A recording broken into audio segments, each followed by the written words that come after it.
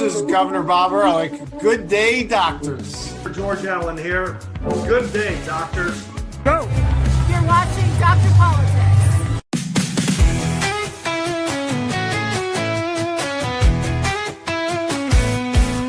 They're Dr. Politics. He's the one to see.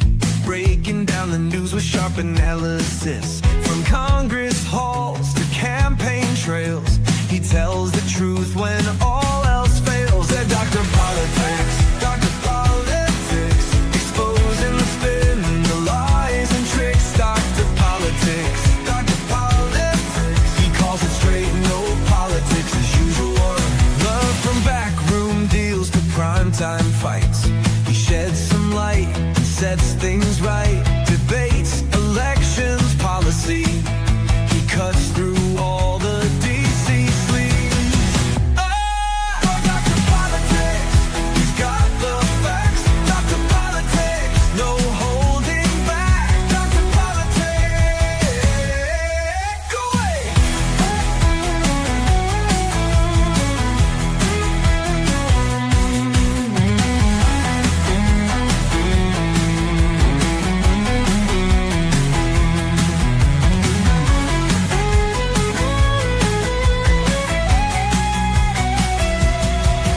Dr. Politics, he's got the facts. Dr. Politics, no holding back. Dr. Politics.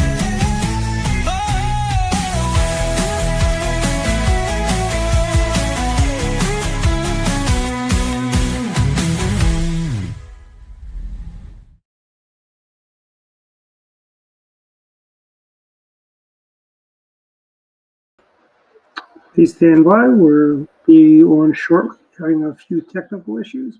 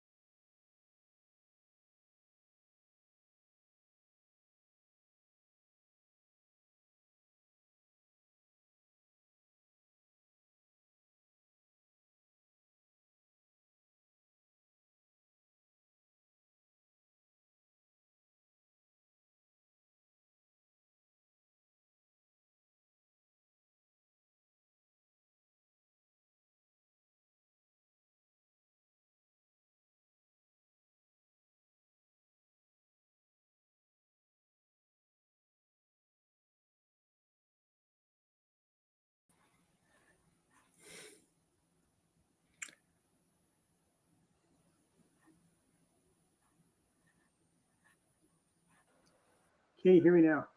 I can hear you. Good. How's it going? We basically did a standby. Yeah, I apologize. Of course, the Don't game worry. went to double overtime. Oh, which game is this? Who is this? The It's Yankees my game? son's soccer game. Oh, okay. Okay. So it was yeah. Oh, so the Yankees won yesterday. Oh no, this is my 15-year-old was playing tonight. Oh, nice. That's important. Well, I wanted to watch the game, but it was double overtime, and it got to a point where it was like, all right, come on, can the game just please end? Yeah. So, exactly. Not a problem. Not a problem. It's like Dave bailed at the last minute, and basically, we're moving. We're basically we can just wait. It's not a big deal. But how's the campaign going? it's good. We just we wrapped up the quarter, and it was where did it go? I lost my screen. But everything's good. I was going to try to get out. I've been breaking everything down into phases, and kind of using the fourth quarter calendar year to kind of break into the next phase, which is everything I've done up to this point has essentially been really basic introduction, name recognition, and low level fundraising. And now I'm going to pivot to full, kind of establishing my platform. Yep. And doing more deliberate fundraising through bigger events. How was your event with Roscoe? That ended up being a really good event. Good. He did well. We kind of sat on a panel together, answered questions, and sort of bounced off one another. Oh, nice. It was a nice, for at least for me, a passing of the torch type moment. And I've been saying, make CD6 red again and, do it for Roscoe. Yeah. Now I feel like I can say that with some authority. Yeah. I mean, have you, what do you call it? I think right now, I think it's only between you and Robin Fipper right now. No one else is in that race, I think. That is the case. I mean, I've not heard any other rumors. I've spoken to Neil. I've been pushing very hard for Neil to make a decision so we can all do something off of him or with him. But right now it's just me and Robin. Neil's a team player. He'll come around. And I think we'll see how it goes. I think this is a good opportunity for, if he were to help out, I think we really have a great chance. I think a different approach, different message, different platform against Delaney, who's going to be very, very vulnerable. I think we got a real chance to flip CD6. I agree. I mean, also this shutdown, the Schumer shutdown, as they say, it is basically, Chuck Schumer is about to hand out a whole bunch of pink slips to federal employees starting next week, and it's going to be in the thousands. And I know people are saying, oh, it's only going to be a few thousand, but, it's only a few thousand if you're not one of the people that have lost your jobs. It's kind of like they used to say, it's a recession when your neighbor loses a job, and it's a depression when you lose your job. I think Chuck Schumer overplayed his hand this week in shutting the government down. I think we've had, I don't know if you go to the Montgomery County Republican Club's page, but we've been covering the shutdown for the last 3 days. We got 3 different writers that have done, great pieces on the shutdown. Today we had, we had this article, day 3, rifts near, but whose fault is it really? And it's basically got this great little graphic of Chuck Schumer and company. Chuck Schumer, Chris Van Hollen, and Angela also Brooks. This is a great little article. We've got, let's see, let me show you the others we've had. This was, where's day 1? This was day 1, the shutdown. And then we had day 2. We have Chucky there, with his closed sign. I think the Schumer shutdown is a great label for this because this is Yes. on him entirely. Oh, absolutely. It's him and Angus King, who is no right-wing radical, independent from Maine. He's voted for the continuing resolution. I think Fetterman, as well as there was an independent. I want to say there were like two other independents who caucused with the Democrats that also voted for this. Rand Paul, unfortunately, Rand Paul is Rand Paul. He's got to be Rand Paul. Yeah. And he voted against this, which is, Rand Paul. If people lose jobs in Kentucky because of the rifts, it's on you, frankly. I heard a great Newt Gingrich summary today. He had said, this might be the worst strategy in the history of continuing resolutions. The Democrats have drawn a hard line to shut down the government that no one wanted, and then only to spend $1 trillion more that no one wants. Like it's sort of this double whammy of the two worst things that no one wants. The Democrats have doubled down on. And here's the silliest thing, they're doubling down on this whole thing about the shutdown. Honestly, if Chuck Schumer were smart, because he would have had more time to negotiate, and maybe he would have gotten some money for the illegals that he wants, but probably not. But I mean, honestly, he is shutting the government down for illegal aliens to get free health care from you and me, the taxpayer. It's like I was in a meeting a few weeks ago, and somebody asked, who pays for this? What our taxpayers do. And somebody who knows the government, where do you think the government's getting the money from? It's not coming out of. They don't have, have a stash. As I remember the old Obama phones. This woman goes, "It's coming out of Obama's stash." It is.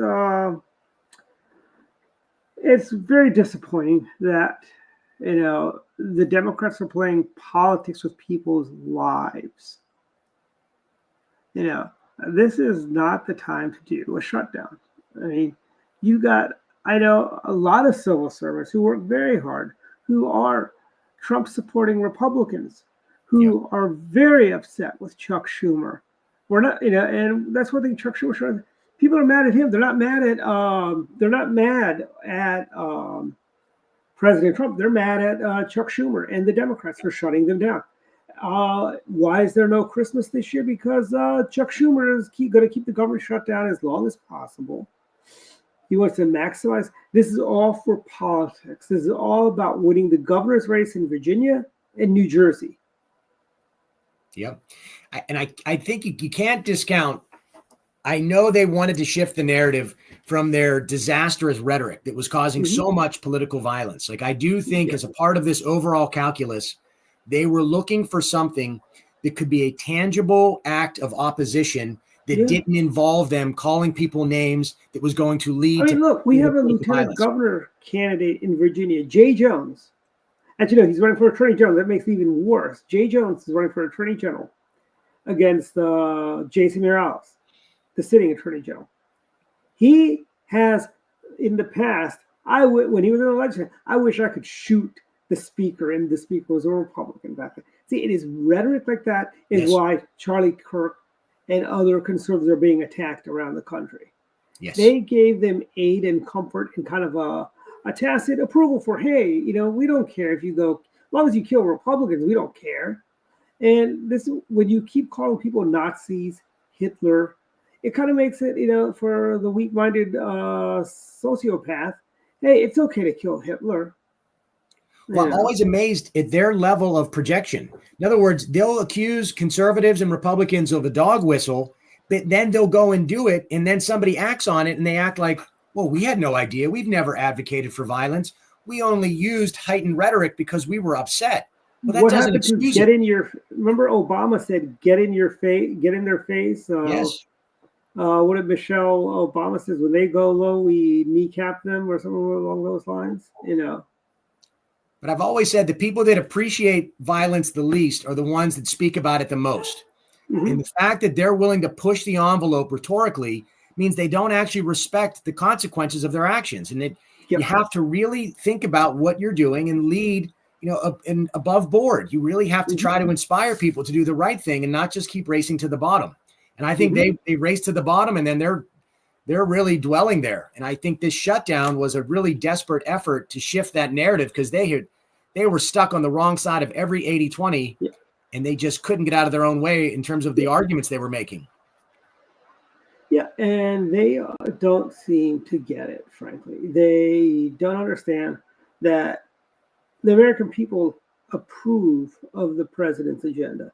Just because here in Montgomery County, Prince George's County, Fairfax County, and to a degree, Howard, Anne Arundel, and Loudoun, and Arlington, and Alexandria, just because they're loud and obnoxious and don't approve it, doesn't mean folks living in Ohio, in Arizona, in Western Maryland don't support the president's agenda. They're overreaching, just like I think Wes Moore is overreaching right now with he's offering free money to furloughed government employees. They're not RIFT yet. Where is he going to get this money from? We're already at a $2 billion plus deficit. Yep. And we've lost our AAA bond rating, But here's a funny story for you. When Governor Ehrlich first became governor in 2003, he was we were on the teeter because we had a very bad Democrat governor, Paris Glendenning, who basically ran the state into the ground. We had about a $2.5 billion deficit. Bob Ehrlich negotiated, and we did not lose our AAA bond rating because of Governor Ehrlich in 2003. Yeah. The Democrats today, they're blaming Wall Street. They're blaming Wall Street. And by the way, at the end of the 4 years, Governor Ehrlich had a $2 billion surplus. And he did that by having his cabinet secretaries, hey, tell me why you need more money. They started at, I think, 96%. Of what they used to spend, so they were all knocked down, and it was not 96% is not that much of a drop, frankly, and that's how you don't think we could cut every department's budget by a simple 4%? I think it can be done in Maryland. Of course it can. I'm always shocked that the default answer for most Democrats is spend more. They don't actually analyze the root cause of anything. They don't look at efficiencies or anything other than the fact we need to spend more. We need more laws.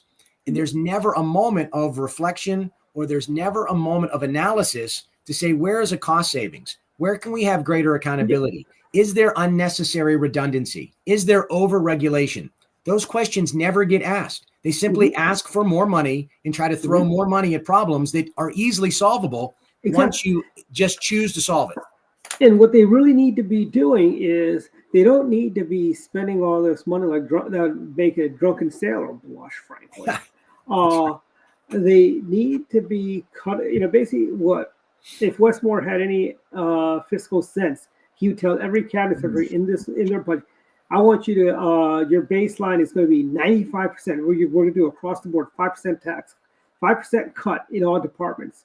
You see how fast we create a surplus in spending. We can spin off. The state of Maryland was spending a lot of money back in the days before Bob Ehrlich on a warehouse where we kept defunct office furniture that we were selling to the public at considerable, pennies on the dollar, so to speak. Is that a good thing that you're selling old office furniture? Yes, that's great. But why does the state have to do it? Why don't we just sell it to DNF Furniture or a furniture warehouse guy, and they would basically give it to them, and they pay you when it gets sold, you get paid, or they buy it outright from you, frankly, and they resell it. They might make profit on it. That's how they should be doing. But no, they're just back to doing I don't know if you know, people are starting to get vehicle renewals. Yes. And they're getting sticker shock. It's kind of like, you're spending, a lot of these people who bought cars the last couple of years, because of the higher interest, are paying roughly about, on average, depending on the kind of car you got, on average, you're paying about $600 a month. for an average family car, a family of four. Let's say you're buying a Chevrolet Traverse. It's about a $55,000 car. Or actually, you probably get it. Okay, let's just say 45,000. I'll say you're buying the stripped down model at $45,000. That's still a significant payment on top of the fact that people are worried about their jobs because of the Democrats. They basically are talking the country into a recession. They're having problems with you got food crisis. We're still facing Joe Biden's inflation. The price of groceries is still fairly high. Thank you, Joe Biden again. The price of gas, it's lower, but is it back to 2020 levels? No, it's not. So people are worried about that. You see these sob stories on the news about food pantries running out of food. There's more people coming to food pantries. They don't ask why are more people going to food pantries. It's because of the failed economic policies of Maryland politicians in Washington for years. All these deficit, spending, and then you had the untouchable class, which was civil servants. Thank God now, with President Trump, the untouchable class is now able to be touched and be fired, and they do, and so on. Well, I can tell you, having just come off active duty, there was so much unnecessary bureaucracy, and the government had become so bloated that it was unrecognizable. I first came on active duty in 2004, and it was very much a streamlined and somewhat stovepiped organization. And there were problems that we didn't have as much crosstalk, and there wasn't nearly as much collaboration as what was needed. And some of that was the lessons learned following September 11th. But I can tell you that every year going forward, there was growth for the sake of growth. More people, more layers, more stuff. And no one was asking, is this too much? And then the minute we pulled back from two wars, Iraq and Afghanistan and everything else, we had all this structure and all this surplus capacity, and nobody was asking, do we keep it? How can we leverage this? And I can tell you that this is so long overdue. Anybody that you ask that's either a civil servant or active duty will tell you this is overdue. That this is not insensitive. This is not going to undermine the services that people expect. This is an overdue and absolutely necessary review of systems and processes that have become bloated and absolutely unresponsive. Yep. And what do we get? We're getting the sob stories. The world is the sky's falling from every Democrat out there. But that's sort of their approach. It's like they want to tug on the heartstrings of. And here's it: we are in serious deficit problems. Serious deficit spendings right now. Like, let me show you a preview. We've got this. I think we're still working on it, but I'll show you the preview. We have. This is a comic strip we're going to be using for our. We got a thing in our newsletter, the Sunday Funnies. So we got this, and it's about Jake's world. Little Jake, talking to his grandpa about things, and his grandpa's kind of setting him straight on things. Subscribe to our newsletter if you want to get these. We have 3 comics. We got Karen. We basically your textbook Karen going to various events and being offended by the littlest things. And then we've got Ian explains, and he explains complex issues in the voice of a 3-year-old. Very simplified. Have you guys used a Chicken Little graphic lately? I mean, that seems like such an obvious one for everything to a Democrat is the sky is falling. This is the end of democracy. This is the end of our government. This is the end of, and even Delaney came out and she had said, this could very well break the country if we have a shutdown. Well, that's a hell of a way to describe a shutdown. It's only been 3 days. Yeah. It's basically only been 3 days. And we got a lot of comments from Susan. And very true. Yes, he did. We briefly touched on that. We've got an article. You'll see it probably. It's on the website right now. If you go to MontgomeryCountyRepublicanClub.com, it's there. But, and yeah, exactly. But I mean, we do have a lot of those folks, we don't, it's always this. It's been 3 days. And by the way, later this month, the government's going to be shut down. Even if it's open again, it's going to be shut down for 3 days in a row. Saturday, Sunday, Monday, which is Columbus Day. The government shuts down every Friday. The federal government shuts down, and it opens up again on Monday. I don't see, the skies falling happening on Friday nights when the government shuts down, and the biggest scare tax they use, their social security checks are, no, that's not true. Social security checks are being delivered. That's going to come. You're going to be able to use your Medicare, Medicaid card to go to the doctors, you won't be able to go to the Air and Space Museum, which is one of the best museums on the mall. You won't be able to go there. You won't be able to go to some of the parks. But I'll tell you, some of these things, you got to wonder. Do you remember the Obama shutdown when Obama was president?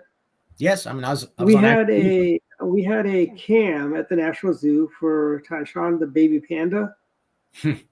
Instead of just leaving it on, they actually had somebody go in and physically turn off that camera.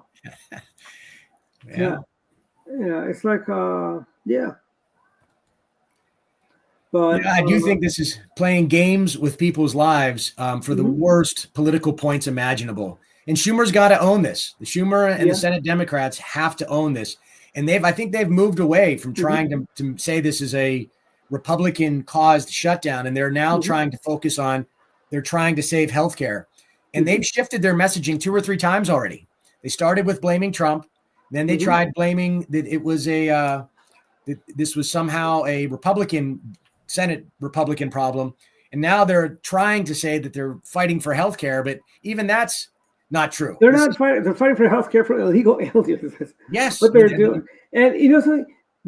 This continuing resolution is going to keep spending the same amount of money we were spending on Tuesday.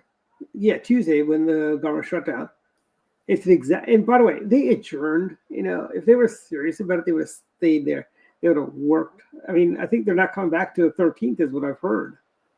I had seen that there had been a bill presented that I support wholeheartedly, and that was nobody in Congress should get paid during a shutdown. Exactly. I mean, did you hear Hakeem Jeffries? He goes, "That's not a fair question." Yes, it is. Do you really need that 130? They make what, $138,000? I think closer to 170, but I think 100. Oh, that's even worse. Yeah. And have you guys not heard of cushions? Don't spend your 100% of your paycheck. Only spend like 20% and save 80% of your paycheck. Have they not heard of that? I was drilled that since I was a kid. I mean, right? You've heard me say this before. The way I'm approaching running for Congress, I see this as an extension of what I did on active duty, which is you're serving the people. You're serving the Marines you're leading, or in this case, you're serving your constituents. If you're not experiencing the same hardships that they are, and certainly the hardships that you caused through a shutdown, then that's a disservice. That is not authentic leadership. And I feel like we've got to return that to Congress, if for no other reason that you're leading by example and you're experiencing the impact of the decisions that you make to the same extent that the people that are going to be living through them every day are. And here's a question for you. Sure. Do you remember all those people that lost their jobs because they refused to get the vaccine? Yes. Where were these Democrats then?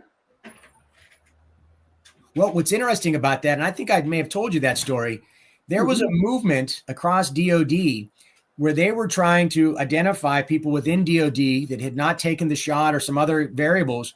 And you're right. They were labeling those people as extremists for invoking a religious exemption or some other exemption. And I think I told you the story. I had taken a COVID shot in Baghdad. It wasn't on my medical record. And then I was at the Pentagon working. When it didn't show up on my medical record, I was told that I could not return to the building because I was a COVID refuser. And I had said, I've taken the shot. I'll take it again if you want me to, but this isn't, it wasn't in my medical record. So not only were the Democrats not supporting people then, they were pushing an agenda to identify anyone they could to have them kicked out or kicked off active duty. And for a brief moment in time, I found myself on the wrong end of that simply because my medical records didn't reflect the shot that I had taken while I was deployed to a combat zone. And you think they would keep better records, in this day and age of computers? You think we were in 1945 and those paper records, they lost the file somewhere, And I've said it before, I'm so glad that Trump has restored every service member to their rank that they've lost, time, everything. Anybody that was separated for COVID has been given the opportunity to come back on active duty or at least recover what would have been their losses. Because you want to talk about a political witch hunt. That was a political witch hunt to the nth degree. And it was targeting service members for no other reason than exercising a right they had of claiming a religious exemption to the COVID vaccine. It was a travesty. And yet these people, they have no, basically, I'll say they had no problems with that. But today, those same Democrats are, I'm surprised they haven't had a cry-in a while. I mean, that's something the Democrats used to do, a cry-in. Yeah. They used to cry about the trees. Chris Plant always plays that every now and then on Earth Day about people crying, telling the trees that we matter. And, wow. But I mean, it's a lot of stuff going on. I mean, we got in Maryland, we've got all these taxes that are coming down the pike. We have had this past week, we got Wes Moore. He wants to do something special for. It's like, why are we spending money that we don't have to spend? Honestly, and it brings me to the next point. Chris, let's say your house was falling apart. You needed new windows. You needed a new paint job. You needed to do this. Would you go ahead and buy a $165,000 luxury SUV? Well, of course not. I've got 4 kids. Brandon Scott, the mayor, and probably this is keeping up with the Elricks, I should say. Mark Elrick used to have an $85,000 Chevrolet Suburban, which I dubbed the Elrick Mobile. Huh. And he got rid of that, because he wants to be green, and he got a Mustang Mach-E, which is about a $55,000 car, because I know he didn't get the stripped-down version. I don't know when people ever thought public servant meant you were going to live a luxury lifestyle. You should be called to service, and the reward is the service you provide, not these luxury items, these kickbacks and stock trades. Mark Elrick makes more money than the governor as county executive. Why are the taxpayers funding and he always advocates buses. I caught Robin Ficker got a picture of his car when he came to speak at a neighborhood association in Silver Spring. And I did a little map because he lives in Tacoma Park. I go, this is how he could have taken a bus. There's a bus stop right in front of the place, and he could have walked. But yet he decided to drive a Chevy Suburban that gets about 14 miles to the gallon or 12 miles to the gallon. And that's 85. And now he's got a Mach-E. But Brandon Scott, he's going to outdo that. So now I wonder if Mark Elrick's going to go and get a $150,000 Hummer. Or is he going to go all the way and go for there's a Cadillac that's $350,000. It's an electric Cadillac. Is he going to go for that? And did you know Montgomery County also bought a fleet of Chevrolet Silverado EVs that are about 60? They're about roughly around $60,000, maybe a little more, a little less, $60,000. I think, perhaps a little more. I can tell you this. I've lived in California, I've lived in Florida, I lived in Virginia, and I've lived in Hawaii. Yeah. Mm-hmm. Maryland and Montgomery County in particular might be the most mismanaged area I've ever lived in. I've never seen this level of overregulation, overtax, and misguided vanity project type of priorities. It's just a bizarre place of just how full this place is of itself. I mean, and I tell you, Brandon Scott spending $163,000 on a Jeep Grand Cherokee Wagoneer. He could have bought an Escalade for a little bit less than that. Much better car, too. or he could have led by example and bought a vehicle that was going to be either fuel efficient or in some other way a model of what the direction they want to go in. Or why doesn't he do what every other normal person does? Yeah. Don't take the depreciation, buy it used. But those Jeep Wagoneers are really plummeting in value. Like right now, I was just for fun, I saw an article about how Stellantis is ruining Jeep. And actually, no, he didn't buy an American car technically because Stellantis is a European company. I think at least he bought an American car, but it's not really an American car. The money goes back to the French Empire. But he could have bought all the cars he could have bought for less. He could have bought a GMC Yukon Denali for less. He could have bought a Chevrolet Tahoe, top of the trim level. I think it's their LTZ model, or he could have gotten the SS model if you wanted the sporty. I mean, honestly, Brandon Scott, why do you need such a luxury car? You know, why do you need something so fancy? And driving that, I guess because of all the potholes. That's it. They got a lot of potholes in the city of Baltimore, so he needed the Jeep Wagoneer 4x4 to go through those potholes, you know. But this is utter recklessness. You know, he could have spent that money somewhere else more efficiently. There is no reason he needed a Jeep Wagoneer. It's not even a Wagoneer, it's a Grand Wagoneer. It's got all the leather. This was taxpayer money too, right? It was taxpayer money. It didn't come out of his pocket. Yeah, I mean, there is a certain level of just sheer arrogance that you're going to spend other people's money on an unnecessary luxury item. You know, this is an opportunity for you to lead by example and buy the vehicle that is maybe less than a step down in terms of luxury, but is more fuel efficient, has a better resale value, has something that you could support about it to encourage your constituents to align to that level, that priority of looking at renewable sources, looking at vehicles that hold their value, buying a used vehicle. Any number of messages could be sent better than top of the line luxury item with taxpayer money. I mean, he could have bought a used Wagoneer, just a year old, a year old for a lot less than $163,000. That's unbelievable. He could have bought a Cadillac EV. He could have been like Mark Elric, right? He could have bought it used because those EVs are plummeting in value. Yeah. He could have bought an EV for less than $100,000. Yeah. He could have bought a Tesla Cybertruck for less than his. I have a feeling he might not embrace the Cybertruck, especially if it had like a Trump magnet on the side of it. I've seen a couple of those around.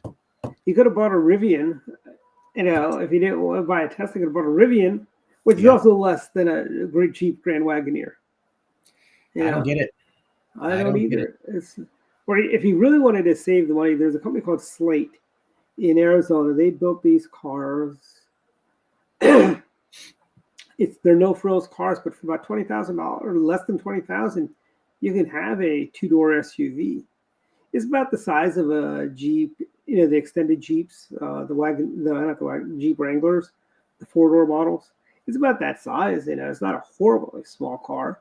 Yeah, you can add a stereo, you can add power windows if you want, but I mean, if you just need a basic mode of transportation, that's it. Well, I think at some point though, there's somehow people have an expectation of luxury. And I don't know where it started or when it started, but it really has broken down an appreciation of value.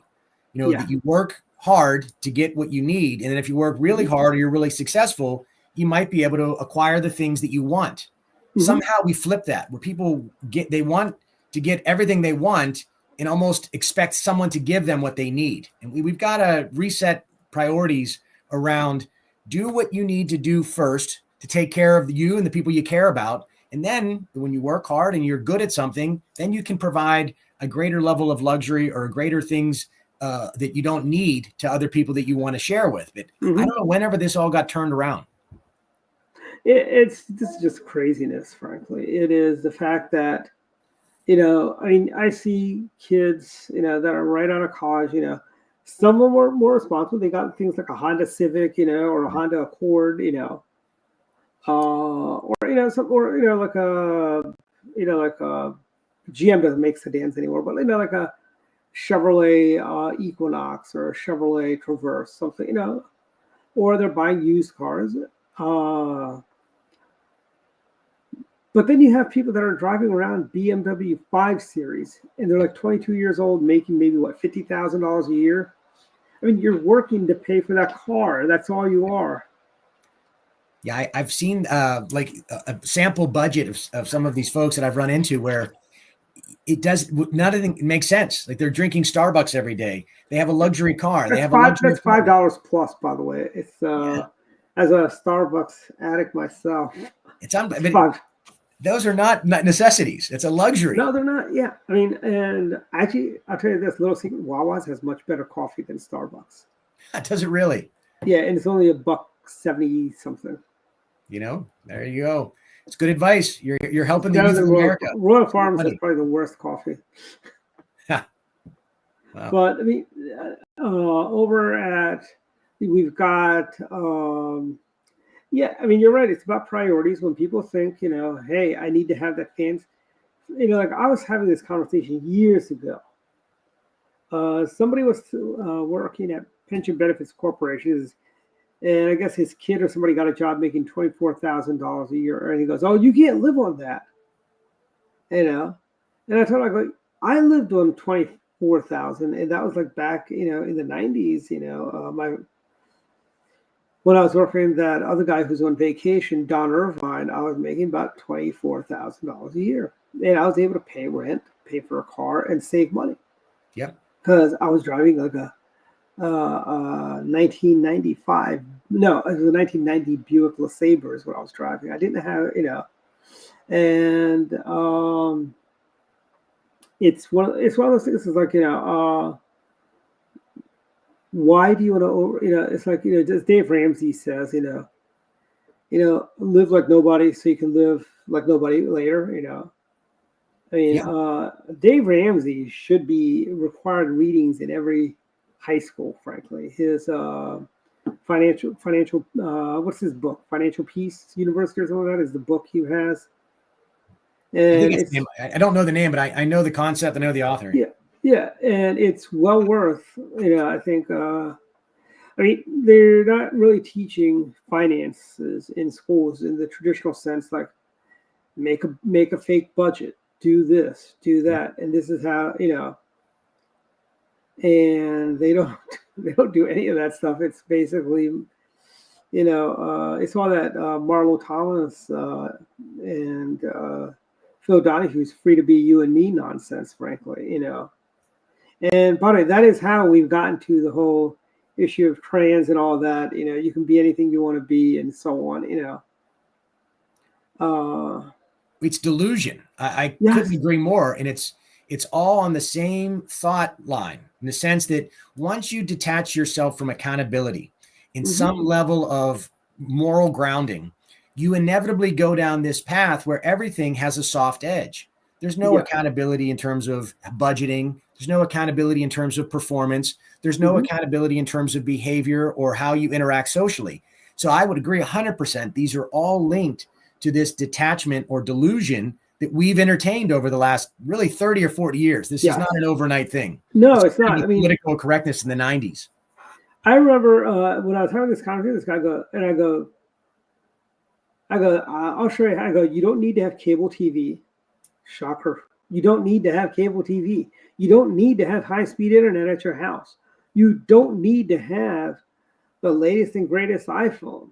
You don't even need a cell phone, frankly. Yes. I mean, I grew up I didn't get my first cell phone till like around 2005, about 2004, 2005, in that time frame. It was the first time I got a cell phone, and it was a flip phone, and I got it free from a company that's no longer in business anymore called MCI Sprint. Yeah. And but I mean, people don't want to do that. They want to base everything. They want the latest iPhone.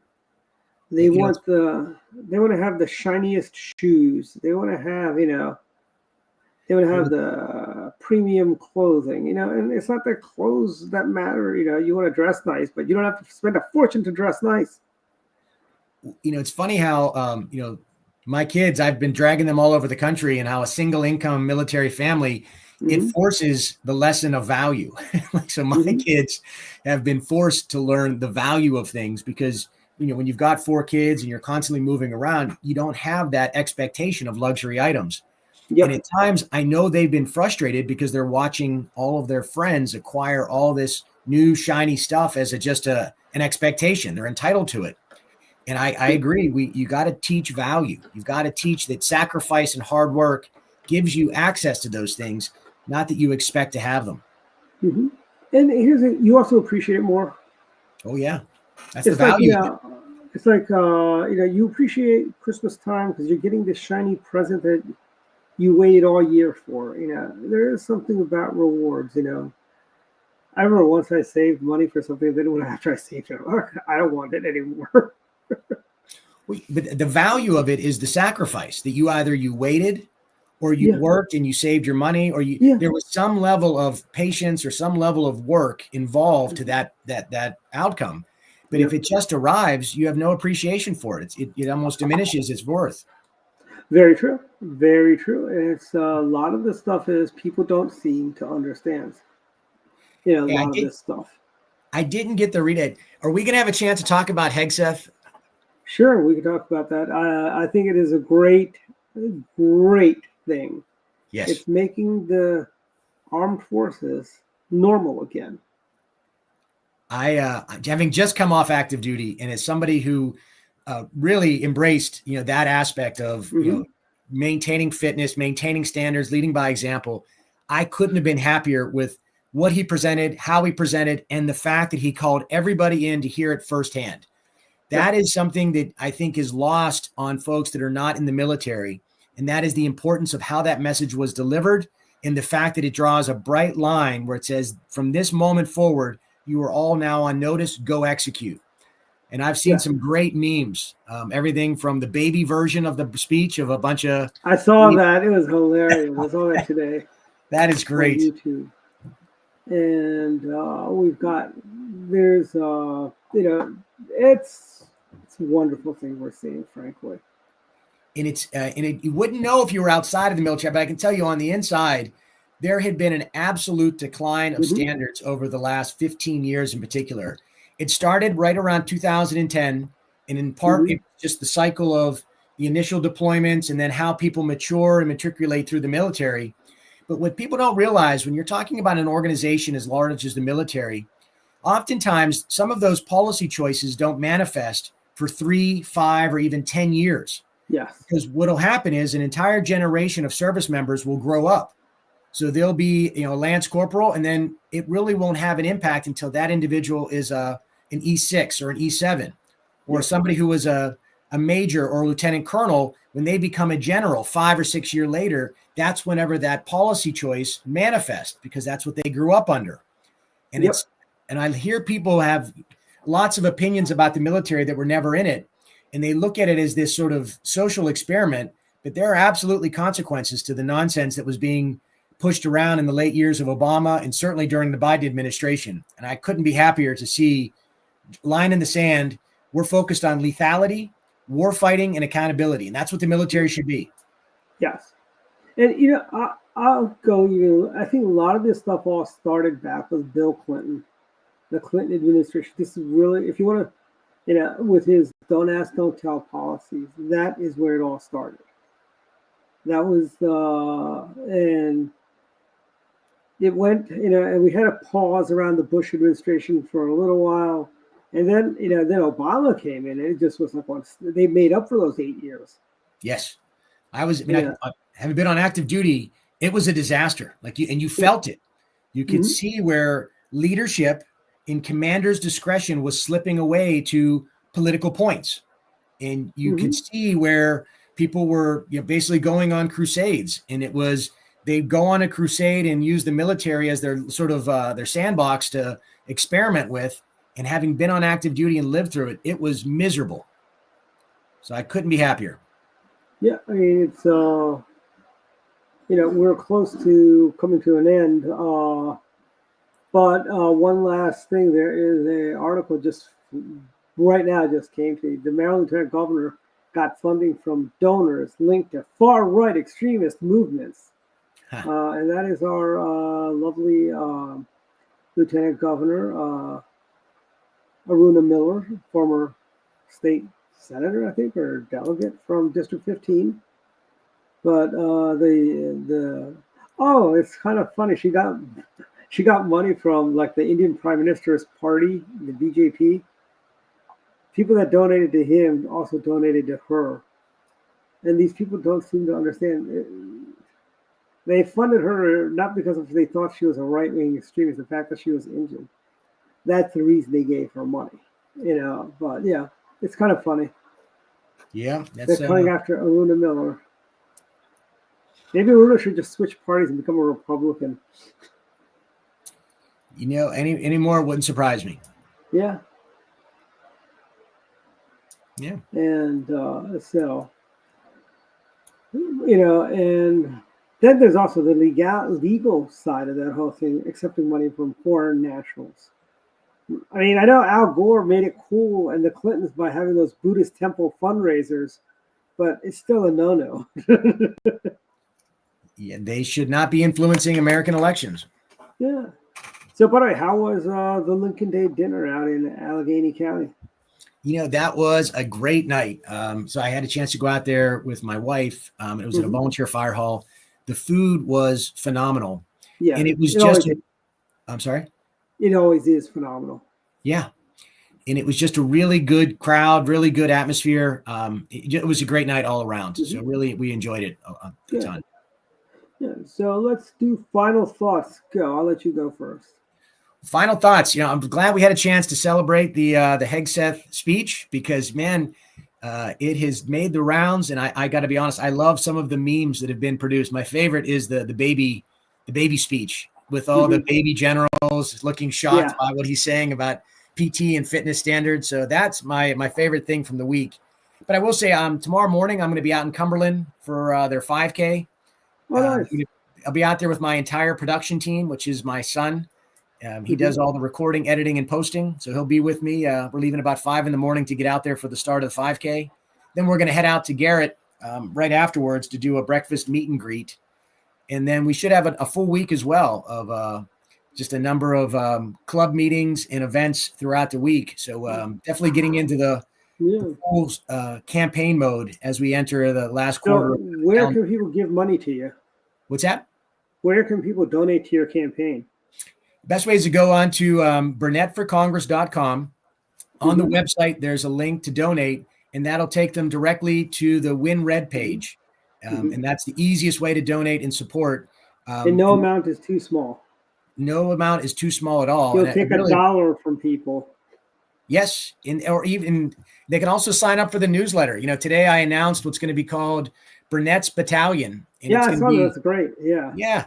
And it's going to be that, the grassroots volunteers and supporters. And we announced it last night because I was up in Frostburg at the Allegheny Alliance Club meeting. And those folks were really excited about helping out. So we handed out a bunch of yard signs last night, made a plan to go back up there and hand out some more signs and do some door knocking. You should definitely go to the Halloween parade out there in Frostburg. Yeah. They have a Halloween parade. You definitely should go there. Those are awesome. They also have a great American Legion right on the main street. So every time I go up there, I stop in the American Legion and, want to spend some time anytime I can get to a VFW or American Legion. But those folks were excited about Burnett's Battalion. So I'm going to get those shirts made and start getting those circulating across CD6. But that's it for me tonight. For me, basically, it's really short, simple. Basically, our hearts go out to the unemployed, hardworking civil servants, but call up Chuck Schumer's office and tell him to make the deal with the Republicans and get America moving, frankly. They need to call up and light up Chuck Schumer, Chris Van Hollen, Angela Alsobrooks, their phone numbers, call them up. Tell them that you're sick and tired of these partisan games, and you don't want your taxpayer dollars funding illegal healthcare for illegal aliens. Frankly, at the end of the day, you know, they try to call it immigrant healthcare. If they're not, they are classified as illegal aliens. Even legal aliens are classified as aliens. You know, because you know the green card is actually that your alien registration card that proves you're a legal alien that has come into this country. You know. Yeah. And you know, for all the Democrats to say illegals can't vote, Ian Roberts was a registered voter in Maryland, a Democrat. We need voter roll reforms. We need to clean up those voter rolls. You know, so I know you guys say they don't vote, but we just caught one that was registered to vote. Why would he register to vote if he's an illegal? I think they're all supposed to be law-abiding citizens. You know. Yep. And that's it. And we'll see everyone next week. Good night and volunteer for Chris's campaign. Thanks again, Dwight. Have a good night. You too. Good night.